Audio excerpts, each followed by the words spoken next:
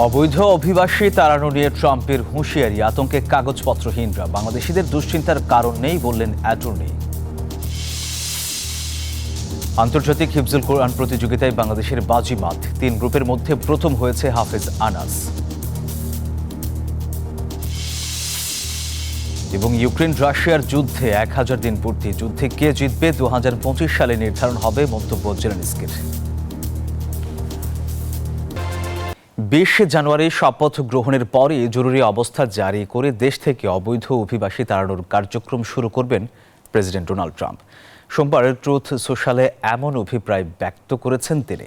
বিষয়টি গণমাধ্যমে ফলো করে প্রচারও প্রকাশিত হয়েছে। এর ফলে বাইডেন কামালার আমলে সেন্ট্রাল আমেরিকার দেশগুলো থেকে আসা 22 লাখের বেশি মানুষসহ অনেক আগে থেকে বসবাসরত কাগজপত্রহীনরা ভীত সন্ত্রস্ত হয়ে পড়েছেন।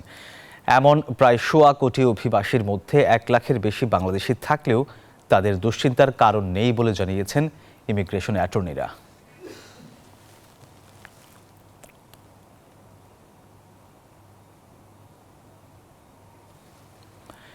দর্শক, এই বিষয়ে আরও জানাতে যুক্তরাষ্ট্র থেকে এই মুহূর্তে যুক্ত হচ্ছেন অ্যাটর্নি মঈন চৌধুরী। মঈন চৌধুরী, আপনাকে নিউজ 24-এ স্বাগত। শুরুতে জানতে চাই, অবৈধ অভিবাসী তাড়াতে হুঁশিয়ারি ট্রাম্পের, আতঙ্কে রয়েছেন বাংলাদেশিরা।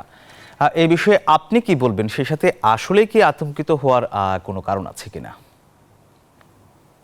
ধন্যবাদ। আসলে আতঙ্কিত হওয়ার কারণ হচ্ছে যাদের অলরেডি ডিপোর্টেশন অর্ডার আছে। আপনারা জানেন, আমেরিকাতে যদি কারো সর্বোচ্চ আদালত কর্তৃক তার কেস ডিনাই হয়ে যায়, তাকে ডিপোর্টেশন অর্ডার, রিমুভাল অর্ডার থাকে। যদি কারো বিপক্ষে রিমুভাল অর্ডার পেন্ডিং থাকে, অবশ্যই তাকে দেশ থেকে চলে যেতে হবে, বর্তমান আইনে তাই বলে। এবং ট্রাম্প এটা শুধু এনফোর্স করবে। যার যার কেস সে অবশ্যই জানে তার কেসের বর্তমান অবস্থা কি। কিন্তু যদি সে বৈধ থাকে, যদি তার কেস কোর্টে পেন্ডিং থাকে, আশঙ্কার কোনো সুযোগ নাই। যাদের কোনো কেস ইউএসসিআইএস এ পেন্ডিং আছে, তাদের ভয়ের কোনো কারণ নাই। শুধু তারাই ভয়ের কারণ যারা অলরেডি ডিপোর্টেড হয়ে গেছে এবং এই দেশ থেকে পালায় নাই। এবং 2টা ক্যাটাগরিতে ভাগ করা হচ্ছে। যাদের ডিপোর্টেশন হয়ে গেছে তাদের মধ্যে কেউ হয়তো আছে ইনোসেন্ট ভিকটিম, তাদের কোনো ধরনের হয়তো ক্রাইম ছিল না, তাদেরকে হচ্ছে সেকেন্ড ক্যাটাগরি। ফার্স্ট ক্যাটাগরি যাদেরকে ডিপোর্ট করা হবে, সব সরকারি করে থাকে, আমেরিকার ইতিহাস সব সরকারি ডিপোর্ট করে। যাদের ক্রিমিনাল ব্যাকগ্রাউন্ড আছে অথবা যারা ক্রিমিনাল করে কনভিক্টেড আমেরিকা অথবা আমেরিকার বাইরে, তাদেরকে এই দেশ থেকে বের করার চেষ্টা করা হবে। এটা চলমান একটা প্রক্রিয়া, ভয়ের কোনো কিছু কারণ নাই। তবে আবারও আমি বলি, যাদের কেস কোর্টে পেন্ডিং আছে তাদের ভয়ের কিছু নেই। অনেকে আছে মিথ্যা বলে, যদি কোনো মিথ্যা তথ্য দিয়ে যদি কেউ গ্রিন কার্ড পেয়ে থাকে, যেটা ম্যাটেরিয়াল জিনিস, যেগুলো আপনার ম্যাটেরিয়াল মিস্টেক করে থাকে। যে হয়তো কেউ হয়তো ছিল বিবাহিত, সে বললো সে অবিবাহিত, এই ক্ষেত্রে গেছে ম্যাটেরিয়াল মিস্টেক করে কেউ যদি নাম পরিবর্তন করে, ম্যাটেরিয়াল মিস্টেক এগুলা করে কেউ যদি গ্রিন কার্ড বা কোনো সুযোগ পেয়ে থাকে, তাদের তদন্ত করা হবে। এটা চলমান আইনেই হবে, নতুন কোনো আইন এখনো হয় না, হবে বলে মনে হয় না।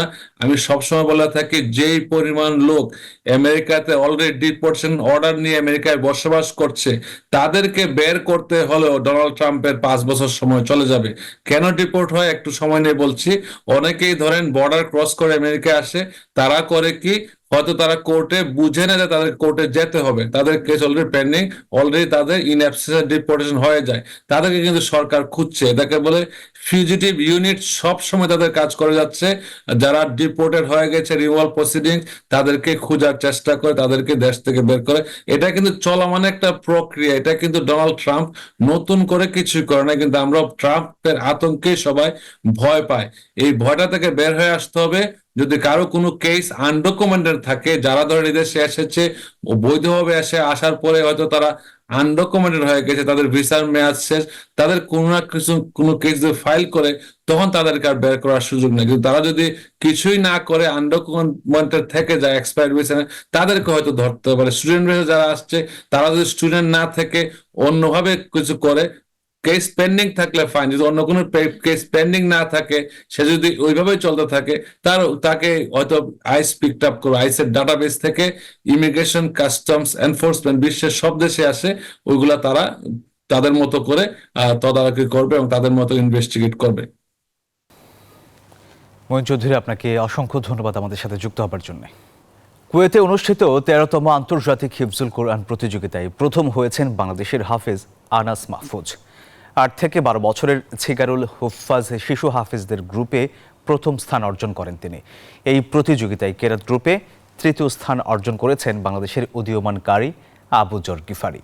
বিশ্বের ৭৪টি দেশের প্রতিযোগীদের সঙ্গে লড়াই করে বাংলাদেশের জন্য এই গৌরব বয়ে এনেছেন তারা। জাহাঙ্গীর খান পলাশের রিপোর্টে বিস্তারিত। কুয়েতে অনুষ্ঠিত ১৩তম আন্তর্জাতিক হিফজুল কোরআন প্রতিযোগিতায় ৩টি গ্রুপে অংশ নিয়ে দুটিতেই বাংলাদেশের বাজিমাত। বিশ্বের ৭০টিরও বেশি দেশের প্রতিযোগিতার সঙ্গে লড়াই করে হিফজুল কোরআন প্রতিযোগিতায় বাংলাদেশের আনাস মাহফুজ প্রথম এবং কেরাত গ্রুপে তৃতীয় স্থান অর্জন করেছেন কারি আব্দুল জন গিফারি। মঙ্গলবার ১৯ নভেম্বর স্থানীয় সময় বাদ মাগরিবে ফলাফল ঘোষণা করা হয়।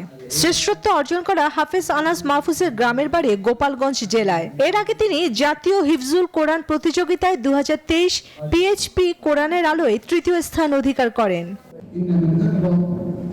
ঐতিহাসিক এই বিজয়ে কুয়েতে অবস্থানরত প্রবাসী বাংলাদেশি আলেমগণ বলেন, এই অর্জন কুয়েতে বাংলাদেশের ভাবমূর্তি উজ্জ্বল করবে। আনাস মাহফুজ ১ নম্বর এসেছেন তালাবাদ এবং হেফজুল কোরআন প্রতিযোগিতায় এবং আবু জর গিফারি মাশাআল্লাহ তৃতীয় স্থান অধিকার করেছেন। এই জন্য আমরা তাদেরকে হেফাজত ইসলাম কোচ শাখার পক্ষ থেকে অভিনন্দন মোবারক জানাচ্ছি। ১ নম্বর হওয়াতে আমরা অনেক গর্বিত, কুয়েতবাসী গর্বিত, বাংলাদেশি প্রবাসীরা গর্বিত।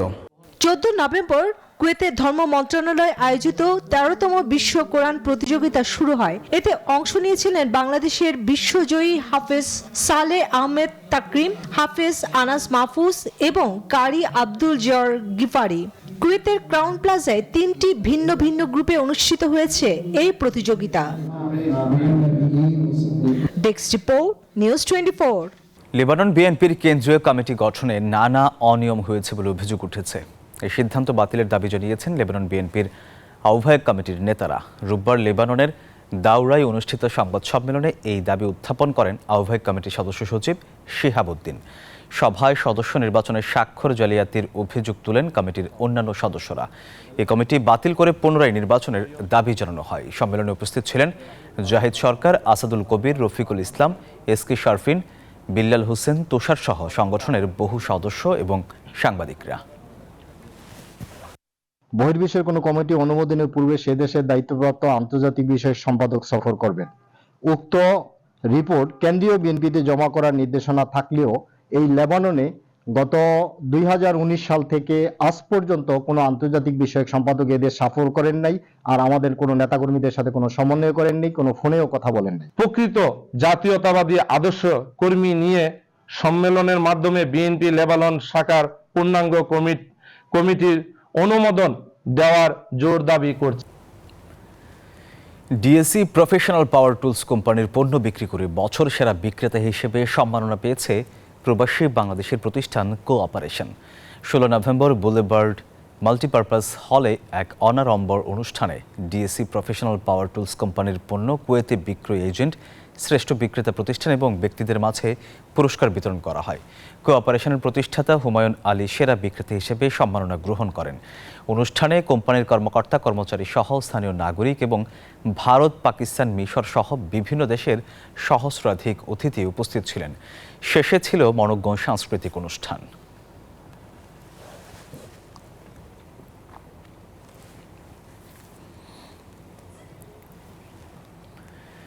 ইউক্রেন রাশিয়া যুদ্ধে ১০০০ দিন পূর্ণ হলো ১৯ নভেম্বর। সম্মুখ যুদ্ধ সহ প্রতিনিয়ত পাল্টাপাল্টি ড্রোন এবং ক্ষেপণাস্ত্র হামলা অব্যাহত রেখেছে দেশ দুটি। আর এর মধ্যে জানুয়ারিতে হোয়াইট হাউসে ফিরছেন নবনির্বাচিত মার্কিন প্রেসিডেন্ট ডোনাল্ড ট্রাম্প। বিশ্লেষকরা বলছেন, ইউক্রেন রাশিয়া যুদ্ধে নতুন সমীকরণ দিতে পারেন তিনি। এদিকে ইউক্রেন যুদ্ধে কে জিতবে ২০২৫ সালে তা নির্ধারণ হবে বললেন জেলেনস্কি। রাশিয়া ইউক্রেন যুদ্ধ পার করল সহস্রতম দিন। এই যুদ্ধের ফলে ইউক্রেনের হাজার হাজার মানুষের প্রাণ গেছে, লাখ লাখ মানুষ বাইরের দেশে আশ্রয় নিয়েছেন। দ্বিতীয় বিশ্বযুদ্ধের পর এটাই ইউরোপে সবচেয়ে বড় সংঘাত। ইউক্রেন যুদ্ধ শুরুর পর দুই দেশের মধ্যে কোনো রকম আলোচনা হয়নি। সম্ভাব্য আলোচনার আগে দুই দেশই তাদের শক্তি বাড়িয়ে নিতে চাইতে পারে। ইউক্রেন ও রাশিয়া চাইবে যুদ্ধক্ষেত্রে প্রতিপক্ষের আরও কিছুটা জমি দখল করে নিয়ে আলোচনায় বসতে। ইউক্রেনের প্রেসিডেন্ট জেলেনস্কি নভেম্বরের শুরুতে জানিয়েছিলেন আগামী বছর কূটনৈতিক আলোচনার মাধ্যমে যুদ্ধ বন্ধ করার জন্য তিনি যথাসাধ্য চেষ্টা করবেন। তবে যে কোনো আলোচনা শুরুর আগে যুদ্ধবিরতি ঘোষণা করতে হবে এবং ইউক্রেনকে উপযুক্ত নিরাপত্তার গ্যারান্টি দিতে হবে। ক্রেমলিন বলেছে গত জুনেই প্রেসিডেন্ট পুতিন জানিয়ে দিয়েছিলেন ইউক্রেনকে ন্যাটোতে যোগ দেওয়ার উচ্ছ্বাস বন্ধ করতে হবে আর 4টি এলাকা থেকে তাদের সেনা প্রত্যাহার করতে হবে, কিন্তু ইউক্রেন সে প্রস্তাবপত্র পাঠ খারিজ করে দিয়েছে। এই পরিস্থিতিতে আগামী জানুয়ারিতে যুক্তরাষ্ট্রে আবার প্রেসিডেন্টের চেয়ারে বসবেন ডোনাল্ড ট্রাম্প। ইউক্রেন যুদ্ধ বন্ধে একটি সম্ভাব্য শান্তি চুক্তি নিয়ে আলোচনার বিষয়ে কথাবার্তা বেড়েছে। জো বাইডেন রাশিয়ায় মার্কিন রকেট হামলার অনুমতি ইউক্রেনকে দিয়ে দিলেও ট্রাম্প হোয়াইট হাউসে এসে সেই নীতির পরিবর্তন করতে পারে। সমর বিশেষজ্ঞরা বলছেন শুধু এই পদক্ষেপ নিলে 33 মাস ধরে চলা যুদ্ধের গতি প্রকৃতি বদল হবে না। ট্রাম্পের ক্ষমতা গ্রহণের পর ওয়াশিংটনের কাছ থেকে প্রয়োজনীয় সামরিক সহায়তা কিয়েভ পাবে কিনা সেটা নিয়ে অনিশ্চয়তা রয়ে গেছে। এই বিষয়ে জেলেনস্কি বলেন দেশের ভবিষ্যৎ নিয়ে অন্য কাউকে সিদ্ধান্ত নিতে দেওয়া উচিত হবে না। এটি এমন একটি যুদ্ধ যা পুরো জাতির ভাগ্য নির্ধারণ করছে, অন্য কেউই এটা নির্ধারণ করতে পারে না, উচিতও না। চন্দ্রানী চন্দ্রা, নিউজ 24।